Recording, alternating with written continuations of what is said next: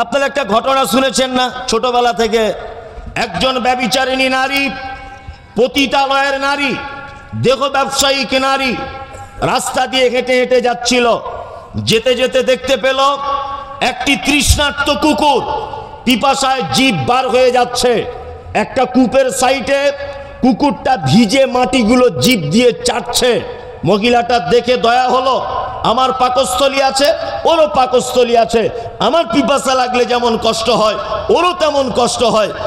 এইটা অনুভব করে সে তার কাপড় দিয়ে পায়ের মোজাটাকে বেঁধে কূপের ভিতরে ফেলে মোজায় করে একটুখানি পানি তুললো, কুকুরটাকে পান করিয়ে দিল। আচ্ছা বলুন তো, মহিলাটা ক্ষমা পেয়েছিল কি না? পেয়েছিল, পেয়েছিল। এইটা ভালো কাজ। আল্লাহ যদি কাউকে ক্ষমা করার ইচ্ছা যদি করেন, ভালো কাজের মাধ্যমে ক্ষমা করেন। একটা লোক আতরের ব্যবসা করে, আতরের, তা সারাদিন পাড়ায় ঘুরে ঘুরে আতর বিক্রি করে। আর একটা মেথর পায়খানা ঘর পরিষ্কার করে। মেথর বুঝেন তো? বুঝেন? পায়খানা ঘর পরিষ্কার করে একটা মেথর। তা ও 4-5টা বাড়িতে পায়খানা পরিষ্কার করে কষ্ট হয়ে গেছে।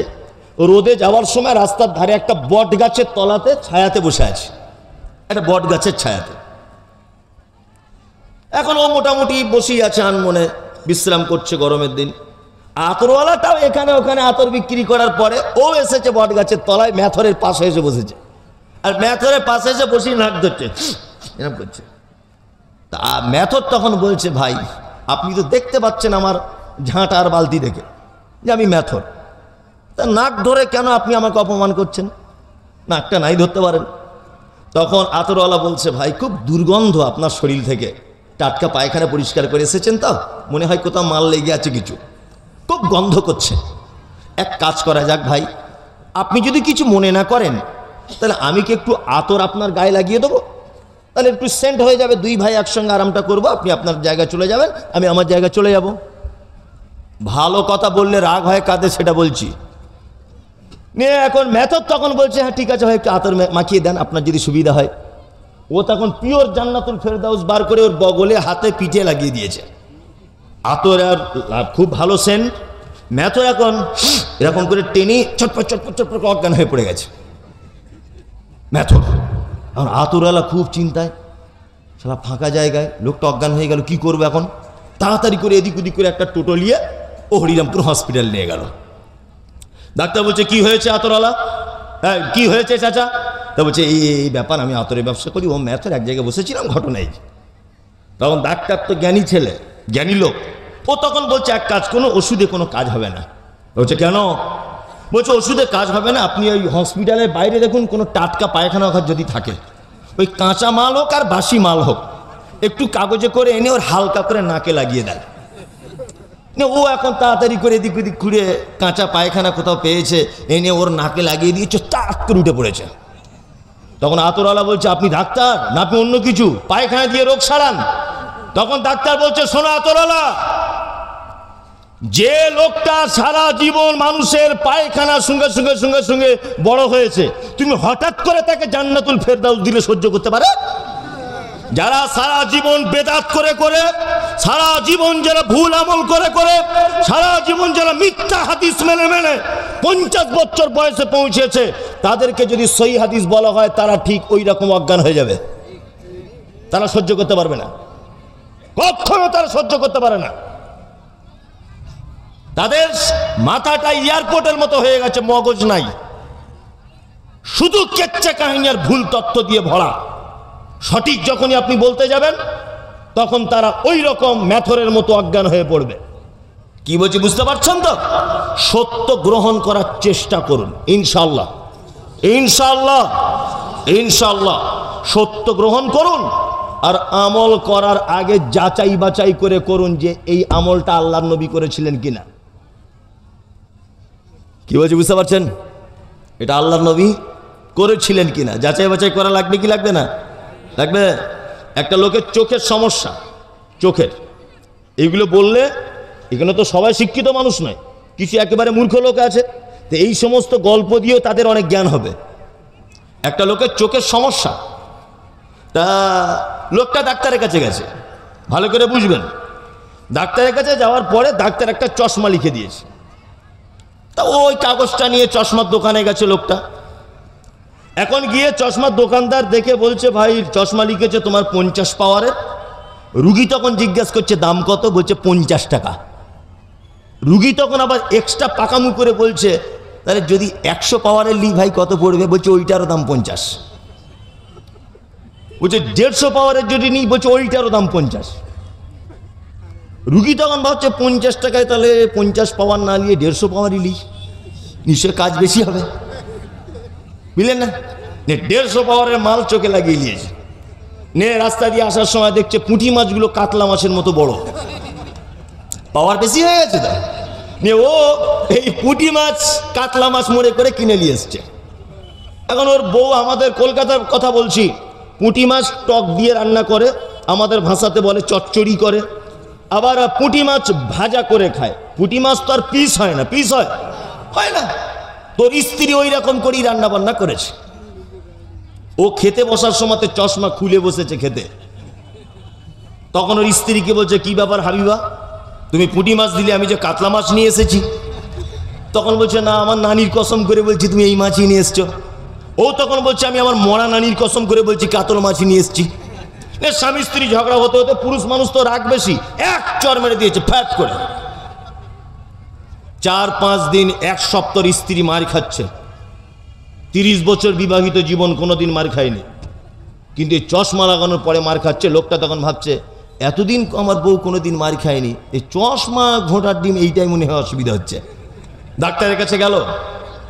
আমি আমল বোঝানোর জন্য গল্পগুলো বলছি, এর ভিতরে জ্ঞান আছে। ডাক্তারের কাছে গিয়ে বলছে, ডাক্তার বাবু আপনি তো আমার সংসারটা নষ্ট করে দিলেন। তা বলছে, কেন ভাই? বলছে, এই চশমা পড়ার পর থেকে ঘোড়ার ডিম আমার বউ শুধু মার খাচ্ছে। তা বলছে, কেন চশমার সঙ্গে বউ মার খাবার কি সম্পর্ক? বলছে, না আপনি দেখুন না। ডাক্তার তখন চশমাটা খুব ভালো করে মেশিন এরকম করে দেখে বলছে, ভাই এই আপনার প্রেসক্রিপশনটা দেখি। প্রেসক্রিপশনটা দেখে বলছে, আমি তো লিখেছি 50 পাওয়ার, চশমা তো 150 পাওয়ার। রুগী তখন বলছে, আসলে ব্যাপারটা তাহলে আমারই ভুল। 50 পাওয়ারের যা দাম ছিল 150 পাওয়ারের তাই দাম, আমি মাস্টারি করে 150 পাওয়ার নিয়েছি। আচ্ছা বলুন, এবার আপনাকে একটা কথা বলি, ডাক্তার যে প্রেসক্রিপশন করেছে, প্রেসক্রিপশনের বাইরে যদি আপনি কোনো মাস্টারি করতে চান, তাহলে আপনার জীবনে উপকার হবে না ক্ষতি হবে? আপনি বলুন। ক্ষতি, ক্ষতি। আপনি জন্ম থেকে মৃত্যু পর্যন্ত আপনি কিভাবে চলবেন, টোটাল গাইডলাইন্স দিয়েছেন কে? আল্লাহ এবং মুহাম্মদ সাল্লাল্লাহু আলাইহি ওয়াসাল্লাম। মুহাম্মদ সাল্লাল্লাহু আলাইহি ওয়াসাল্লাম বিদায় হজের দিন 1.5 লক্ষর কাছাকাছি সাহাবীদের সামনে বক্তব্য রাখতে গিয়ে বলছেন, আল্লাহ তুমি সাক্ষী থাকো, আল্লাহ তুমি সাক্ষী থাকো, 1.5 লক্ষ সাহাবী তোমরাও সাক্ষী থাকো। আল ইয়াউমা আকমালতু লাকুম দীনাকুম ওয়া আতমামতু আলাইকুম নি'মাতি ওয়া রাযীতু লাকুমুল ইসলাম দীনা। আজকে ইসলাম পরিপূর্ণ করে দেওয়া হয়েছে। সূচ পরিমাণ কোনো জিনিসের ভিতরে ঢোকানো যাবে না, সূচ পরিমাণ কোনো জিনিসের ভিতর থেকে বার করা যাবে না। তার মানে আল্লাহর নবী যেভাবে ইসলামটাকে দেখিয়েছে ওইভাবেই দেখাতে হবে। যেখানে তিনি বসে করতে বলেছেন বসেই করতে হবে, যেখানে তিনি দাঁড়িয়ে করতে বলেছেন দাঁড়িয়েই করতে হবে, যেখানে একা করতে বলেছেন একাই করতে হবে, যেখানে সবাই মিলে করতে বলেছেন সবাই মিলেই করতে হবে, যেখানে বিসমিল্লাহ বলে করতে বলেছেন বিসমিল্লাহ বলেই করা লাগবে। কোরআন টোটাল খতম করে দিয়ে করলেও চলবে না। কি বলছি বুঝতে পারছেন? আমার ব্যাপারে অনেক ভুল কথা মানুষকে বলা হয়। যেখানেই আমার জলসা ডেট হয় সেখানে দেখেছি আমি কিছু মানুষ আমার বিপক্ষে দাঁড়িয়ে যায়। ওকে কেন আনা হচ্ছে, ও আমাদের বিরুদ্ধে বলে, ও আমাদের মাযহাবের বিরুদ্ধে বলে, ও আমার পীর সাহেবদের বিরুদ্ধে বলে, মমতাজুল এইরকম করে বলে। গোলাম হোসেন, আমি না আসা পর্যন্ত আমার বিরুদ্ধে তো অনেক কিছু বলে দিয়েছেন। আমি এসেছি, আমি বসে আছি এখানে, আপনি 2 ঘন্টা বক্তব্যটা শুনুন তো দেখি আপনার বিরুদ্ধে একটা কথা যাচ্ছে কিনা। আপনি তো এখানে বসে আছেন, আমি তো আর কলকাতাতে নেই, আমি তো আর মোবাইলের ভিতরে নেই, এখন তো ডাইরেক্ট এখানে বসে আছি। আপনি এখন বলুন তো দেখি যে আপনার বিরুদ্ধে আমি কিছু বলছি কিনা। এই দেখুন, আল্লাহর কোরআন যদি বলে আমার অসুবিধা কোথায়, আর আমার বলতে অসুবিধা কোথায়? তুমি কোরআন পড়ো না, তোমার মস্তিষ্কে গোবর ঢুকে আছে, সেটা তোমার দুর্বলতা। তোমার মস্তিষ্কের মগজ শুকিয়ে গেছে, তুমি ভালো মন্দ উপলব্ধি করতে পারো না, এটা তোমার দুর্বলতা। আমার দুর্বলতা কোথায়? যেখানেই যায় সেখানেই এক শ্রেণী মানুষ বিরুদ্ধচারণ করে আর বলে ও আমাদের বিরুদ্ধে বলে, আমাদের বিরুদ্ধে বলে। তোমার বিরুদ্ধে বলতে যাবো কেন? তোমার বেটির সঙ্গে আমার বেটার বিয়ে দেওয়া আছে যে তোমার বিরুদ্ধে বলতে যাব আমি? তোমার জমির পাশে আমার জমি আছে যে আল কেটেছি বলে তোমার সঙ্গে ঝামেলা আছে? কোরআন বোঝার চেষ্টা করুন। আল্লাহ অত্র আয়াতের ভিতরে একটা কথা বলছেন, আমার দিকে ভালো করে মনোযোগ দিন। আল্লাহ বলছে ইন্নাল্লাযীনা আমানু, নিশ্চয়ই যারা ঈমান আনে, ওয়া আমিলুস সলিহাত, যারা আমলে সলেহ যারা করে। পবিত্র আল কোরআনে যত জায়গায় আল্লাহ বান্দাকে আমল করার কথা বলেছে, যত জায়গায়, প্রতিটা জায়গাতে আমলের আগে না হলে আমলের পরে ভালো বা উত্তম শব্দ ব্যবহার করেছেন আল্লাহ নিজে। আপনাকে আমি প্রমাণ দিই একটা একটা করে, 100টারও বেশি প্রমাণ দিতে পারি, 100টার বেশি। 2-4টে প্রমাণ আপনাকে আমি দিই, আপনি একটা একটা করে দেখুন। খুব পরিচিত সূরা, সূরা আসর। ওয়াল আসরি ইন্নাল ইনসানা, মুখস্থ আছে আপনাদের? আছে আছে। আল্লাহ অত্র সূরাতে বলছেন ওয়াল আসর, আসরের সময়ের কসম। ইন্নাল ইনসানা লাফি খুসর, নিশ্চয় মানুষ ক্ষতির ভিতরে নিমজ্জিত। ইল্লাল্লাযীনা আমানু, তারা ক্ষতির ভিতরে নয় যারা ঈমান আনে। ওয়া আমিলুস সলিহাত, যারা আমলে সলেহ যারা করে। তাহলে এখানে আমল শব্দের পরে কি শব্দ ব্যবহার করা হচ্ছে? সলেহ, নেক আমল যারা করে, ভালো আমল। চলুন, আল্লাহ তাআলা সূরা আন-নাহল আয়াত নম্বর 97 এ বলছেন মান আমিলা সালিহাম মিন যাকারিন আও উনসা ওয়া হুয়া মুমিনুন ফালা নুহইয়ান্নাহু হায়াতান তাইয়্যিবাতান ওয়া লা নাজজি আন্নাহুম আজরাহুম বিআহসানি মা কানু ইয়ামালুন। আল্লাহ তাআলা বলছেন তোমাদের ভিতরে নারী হোক বা পুরুষ হোক, মান আমিলা সালিহাম মিন যাকারিন আও উনসা, তোমাদের ভিতরে নারী পুরুষ যে কেউ হোক, যদি আমলে সলেহ যদি করে, আমলের পরে শব্দ এসছে কি? সলেহান, তাই না? চলুন আপনি পবিত্র আল কোরআনের ভিতরে আরো যদি আপনি ঢুকে যান গভীরের দিকে, তবু আপনি পাবেন। আল্লাহ তাআলা বলছেন আল্লাযী খালাকাল মাউতা ওয়াল হায়াতা, নিশ্চয় আমি হায়াত আর মওতকে তৈরি করেছি এই জন্য লিয়াবলুয়াকুম আইয়ুকুম আহসানু আমালা, তোমাদেরকে জিজ্ঞাসা করা হবে তোমাদের ভিতরে উত্তম আমল কে করেছে। আহসান মানে সুন্দরের সুন্দর, আমল কে করেছে এটা বলো। তার মানে আল্লাহ যখন বারবার বলছে সুন্দর আমল করো, সুন্দর আমল করো, সুন্দর আমল করো, তার মানে বুঝে নিতে হবে পৃথিবীতে অসুন্দর আমলও আছে, ভেজাল আমলও আছে। এই জন্য আল্লাহ বারবার বলছে সুন্দর আমল করো। সুন্দর আমল করার কথা বলা হচ্ছে কেন? ভেজাল আমল আছে তাই। এই পানির কোম্পানিটা এখানে লিখে দিয়েছে 100% খাঁটি। কেন লিখেছে? একই প্রোডাক্ট অন্য কোম্পানিতে ভেজাল ধরা পড়েছে, ওই জন্য লিখতে বাধ্য হয়েছে 100% খাঁটি। এই 100% খাঁটি লিখে নিজের প্রোডাক্টের সার্টিফিকেট দিতে চেয়েছে, আমার মাল উত্তম, আমার মাল ভালো, অন্য মালে ধরা পড়েছে। তা আল্লাহ কোরআনে বারবার বলেছে আমলে সলে করো, আমলে সলে করো, আহসান আমল করো। এই কারণে বলছেন তিনিও জানেন যে পৃথিবীতে এরকম অসংখ্য ভুয়া আমল ঘুরবে আর মানুষ সেটা করবে, অসংখ্য ভুয়া আমল। এইবার আপনাকে একটা কথা বলি, আমলটা ভালো না মন্দ আপনি কি করে বুঝবেন? আপনি কি করে বুঝবেন একটা আমল ভালো না মন্দ?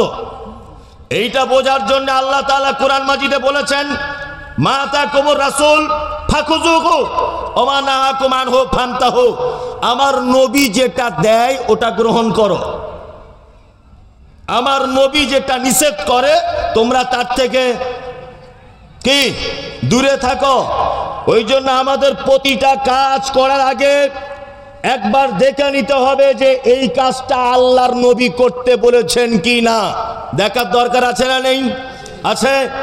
আয়েশা সিদ্দিকা রাদিয়াল্লাহু তাআলা আনহা তিনি বলেন মুহাম্মদ সাল্লাল্লাহু আলাইহি ওয়াসাল্লাম তিনি বলেছেন মান আমিলা আমালান লাইসা আলাইহি আমরুনা ফাহুয়া রাদ্দুন, মানুষ যদি কোনো আমল করে আর সেই আমলে যদি আল্লাহর নবীর পক্ষ থেকে কোনো পারমিশন না থাকে ফাহুয়া রাদ্দুন, সে আমল বাতিল, সে আমল কি?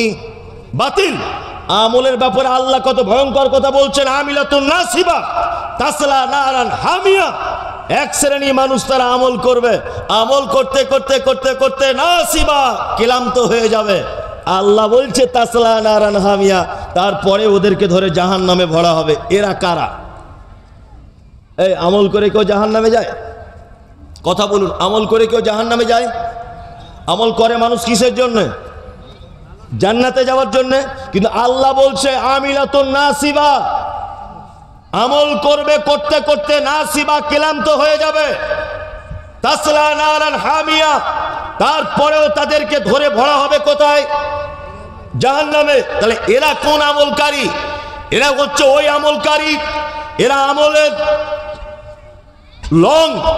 দীর্ঘ সময় ধরে আমল করেছে, কিন্তু এই দীর্ঘ সময়ের আমলটা মুহাম্মদ সাল্লাল্লাহু আলাইহি ওয়াসাল্লামের পদ্ধতিতে না হওয়ার কারণে এদের থাকার জায়গা কোথায়?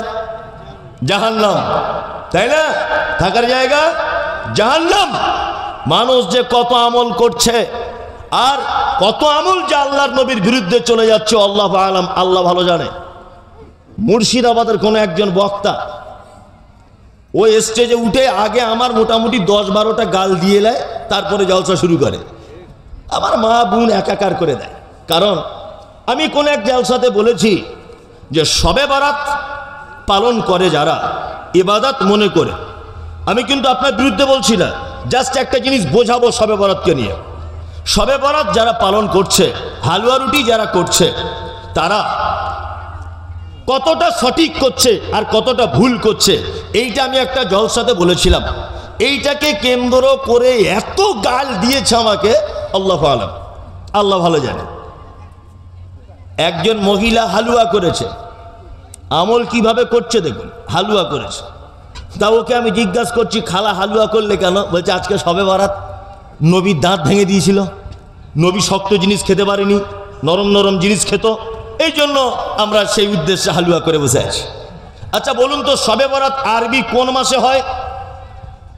বলুন কোন মাসে হয়? জানেন না?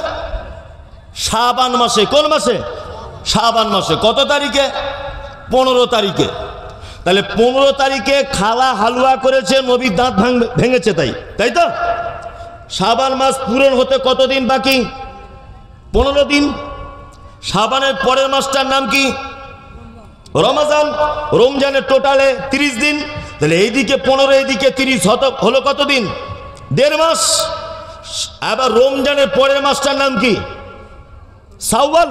শাওয়াল, যেটাতে ঈদ করি আমরা, তাই না? এবার আমার দিকে ফিরুন, আমার হাতের দিকে। শাওয়ালের 1 তারিখ, শাওয়ালের 2 তারিখ, শাওয়ালের 3 তারিখ, শাওয়ালের 4 তারিখ, 5 তারিখ, 6 তারিখ, 7 তারিখের দিন উহুদের ময়দানে আল্লাহ নবী সাল্লাল্লাহু আলাইহি ওয়াসাল্লামের দাঁত ভেঙেছে। কত তারিখে দাঁত ভেঙেছে? শাওয়ালের 7 তারিখে। তার মানে যে মহিলা শবে বরাতের দিন হালুয়া করলো নবীর দাঁত ভেঙেছে বলে, তখনও নবীর দাঁত ভাঙতে বাকি আছে 1 মাস 22 দিন। এমন বদমাশ মহিলা দাঁত ভাঙার 1 মাস 22 দিন আগে হালুয়া করেছে। আচ্ছা বলুন, দাঁত ভেঙেছে আল্লাহ নবী শাওয়াল মাসের 7 তারিখে, আরে হালুয়া করেছে কত তারিখে? শাবান মাসের 15 তারিখে। এই আমলটার সঙ্গে ইসলামের কোনো সম্পর্ক আছে? আমার ছেলে একদিন হঠাৎ করে বলছে, আব্বা তোমার আর মায়ের যেদিন বিয়ে হয় আমি বরযাত্রী গিয়েছিলাম, মনে আছে?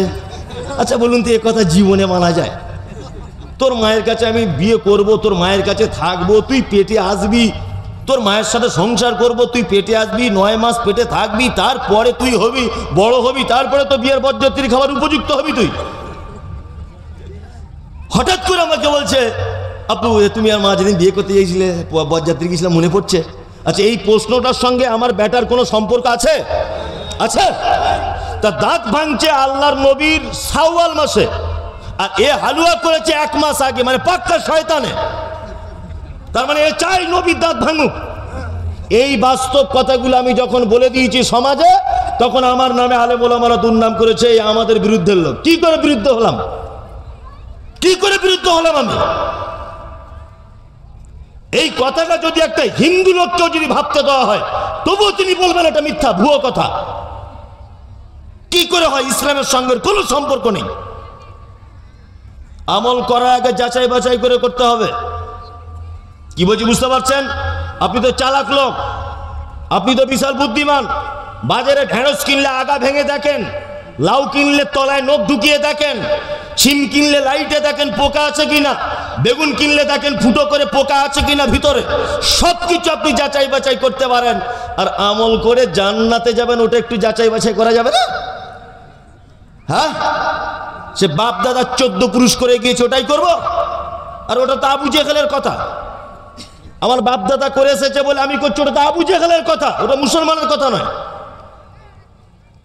সব ব্যাপারে তুমি তদন্ত করতে শিখেছ, আর আমলের ব্যাপারে তদন্ত করতে পারো না? বিয়াদব। আর তুমি বলো মমতাজুল আমাদের বিরুদ্ধে বলে, তোমার বিরুদ্ধে বলার জন্য আমার ঘুম হয় না রাতে। তোমার বিরুদ্ধে বলতে যাবো কেন? তুমি কে? সঠিক ইসলামটাকে মানুষের সামনে বললে মানুষ এখন খেপে যাচ্ছে। কি বলছি বুঝতে পারছেন তো?